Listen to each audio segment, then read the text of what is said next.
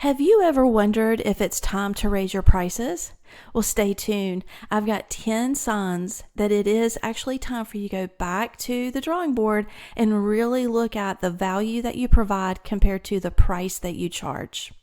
The first sign that it's time to raise your prices is you have a high closing rate. Now, this might feel a little bit weird because, yes, the goal is to become more efficient in your business during the sales process.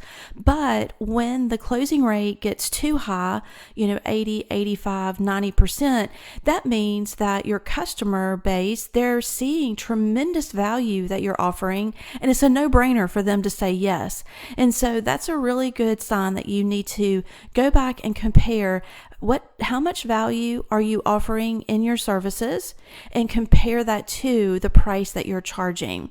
This is a great time to look for ways to really fine-tune that process so that way you can get your closing rate and your prices a little bit more in line. The second sign that it's time to raise your prices is your sales have increased, but there's nothing to show for it. There's no extra money. In fact, you've got potentially more customers, more employees, more problems, but nothing financial to show for it. And you've got everybody's a little bit frazzled and very busy. This is what I consider to be the busy but broke stage where, yes, you've increased sales, but to what end? So you've got to really take a step back and look at if your sales are increasing, but all of your costs are increasing at the same rate, then that's usually a sign that your prices need to be reevaluated, because maybe your financial concerns are not driven by the need of more sales. Because if you're driving up costs to go with the sales, that's a problem. So when you go back and really look at the fundamentals of your pricing and making sure that all of those cash flow commitments are considered in your pricing, then you'll start to see a separation between watching your sales increase and all of the other costs and expenses start to get a little bit more flat. Or if they do increase, they're not increasing at the exact same rate. So that way, when sales increase, you will actually have something to show for it at the end of the month. Another sign that it's time to raise your prices is it's difficult to maintain high quality of service. And so when you start to go out to the job sites and you start to inspect what your employees are doing, and you start to see just a gobbledygook of mess where you can see that they are feeling rushed, they are cutting corners. Usually those types of things are a sign that you need to consider raising your prices, because you've got to make sure that you've got the right amount of price generating the right amount of cash flow, so that way you can provide training, hire high quality people, and make sure that all of your systems are in place to deliver the best customer service. And so when you start to see work that looks like this, you need to make sure that you recheck your prices just to make sure that everything your team needs to deliver great quality service is built into the prices, so that way your team does not feel like they need to cut corners. The fourth sign is you're unable to attract great employees because you cannot afford to pay fair market value or offer benefits. And so if you are running into a talent shortage just because you are not able to offer a great benefits package that includes training, health benefits, all the things that are kind of at your industry standard, if you are running into that, that's a great sign that you need to go back and look at your prices. Because if your prices do not consider that cost, you'll never be able to afford it. You'll always end up spending the money that comes in on other things. So you've got to build your pricing up to where, even though you might not offer it right now, if you plan on hiring more employees or offering benefits or offering profit sharing, whatever that is, you need to include that in your prices now. So that way, a year or two down the road, you've got that pricing model proven, because you can attract customers with that higher price.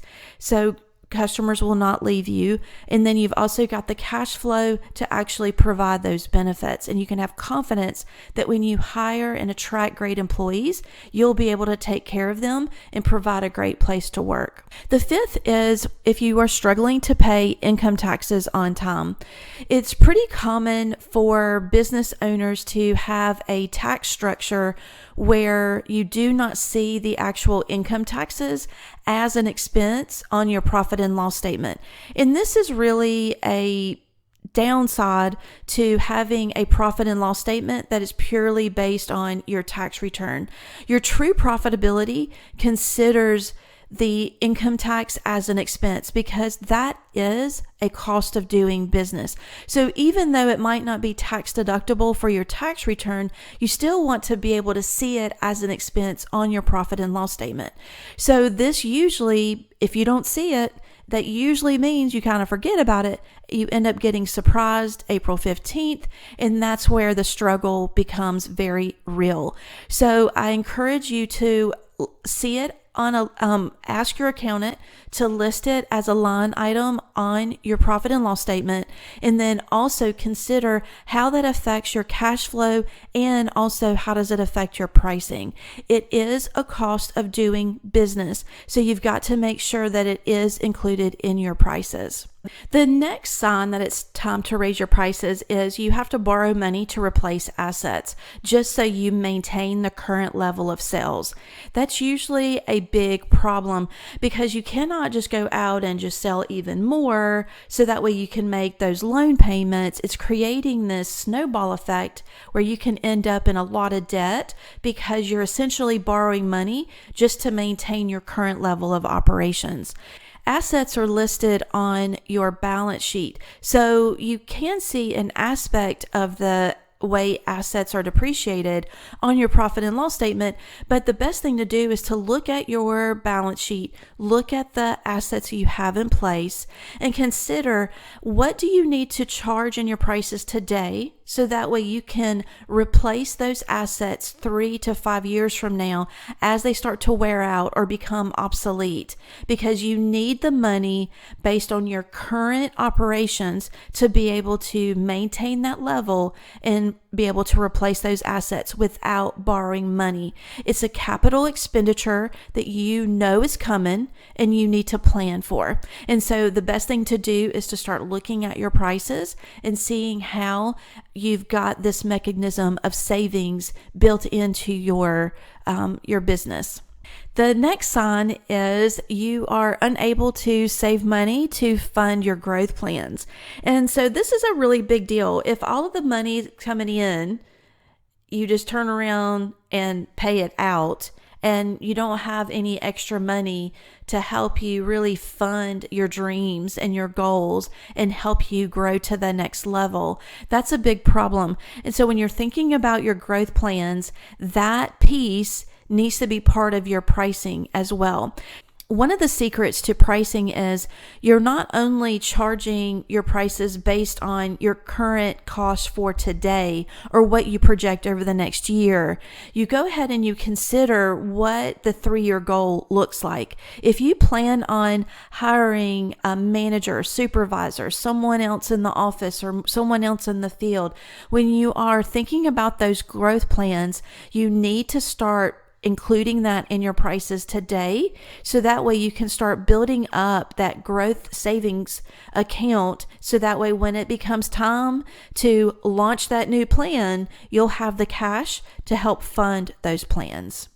The 8th sign that it's time to raise your prices is you actually have customers telling you that your company has the lowest price in town. That's a pretty obvious one, but if you start to hear that more than once, you really need to go back and look at how much value are you providing. Are you providing a tremendous amount of value in a short turnaround time, and you're constantly answering the phone like you're just providing so much convenience and value and quality in your service that your customers recognize and they tell you, hey, wait a minute, you are the lowest in town. Now, you might still lose some of those customers, but it's definitely a good good sign that you need to at least consider raising your prices, at least on some of the new customers. You can grandfather some in, and there's a lot of different ways that you can actually raise the prices. But we definitely just want to look at, is it time to raise prices? And then you can consider how you execute that price increase a little bit later. The ninth sign is you feel like you're in a constant price war where you're chasing your competitors to the bottom. And so a service that started out as $1,000, you started noticing other competitors are offering it at $900, and here it is today, $850, and you're like, oh my goodness, this is not the type of competition that you want to get involved in. So instead of focusing on the price and playing in this bloodbath, look for ways to offer a little bit more value so that way you can stand out from the crowd instead of relying only on the price. And then this is one of my favorites, is this is definitely a sign when all of your other competitors, they're charging more, but they're actually providing less. And you're thinking, wait a minute, how are they doing that? That is a sign that you need to reconsider your prices and then also strengthen your sales process. It might be that your sales team is just relying on discounts and different things to try to sweeten the pot, so that way they're meeting their sales goals, and it's kind of devalued your services. So just go back and not only look at your prices, but also that sales process. So the bottom line is cash flow starts with your prices. The only long-term sustainable way for your business to generate cash is based on the price you charge your customers through the sales process. So that's why it's so important to charge the right price. And yes, it is good to research what your competitors are selling, what their prices are, but it is super dangerous to just simply copy their prices because you're not seeing their goals. You're not seeing how because if you just look at the prices for some of the front end type of services, you're not seeing on the back end where they might be charging more, and that's where they're making up for some of their lost leaders. And so it's really hard to fully see what the competitors are doing. So just be very careful to not just cherry pick one or two numbers and simply just copy those. Instead, look for ways of selling not based on your price, but look for ways to add value. Communicate that value to your customers so that way they see the quality of service that you provide. Now, keep in mind that when your customers are making a buying decision, they are considering the decision from three different areas: the quality of your service, the price, and the speed. How quick can you come help me solve this problem? When you choose good quality and fast service, that's where you can charge a higher price. And then down at the bottom, if you want to be fast and cheap, then that's where your quality is going to suffer. And so just really think about when you're setting your prices, where do you fit in this quadrant? Which two are you going to go to the market with and you're going to really offer? I definitely recommend that you choose the good and fast. That's a really good model to have where you can charge a higher price. You're not going to be the cheapest in town, but you're going to stand by the quality of your service and you're going to do your best to have someone to help take care of that customer's problem as soon as possible. Raising your prices is hard. Struggling financially is also hard. So you've got to choose the path of hard that you're wanting to go down.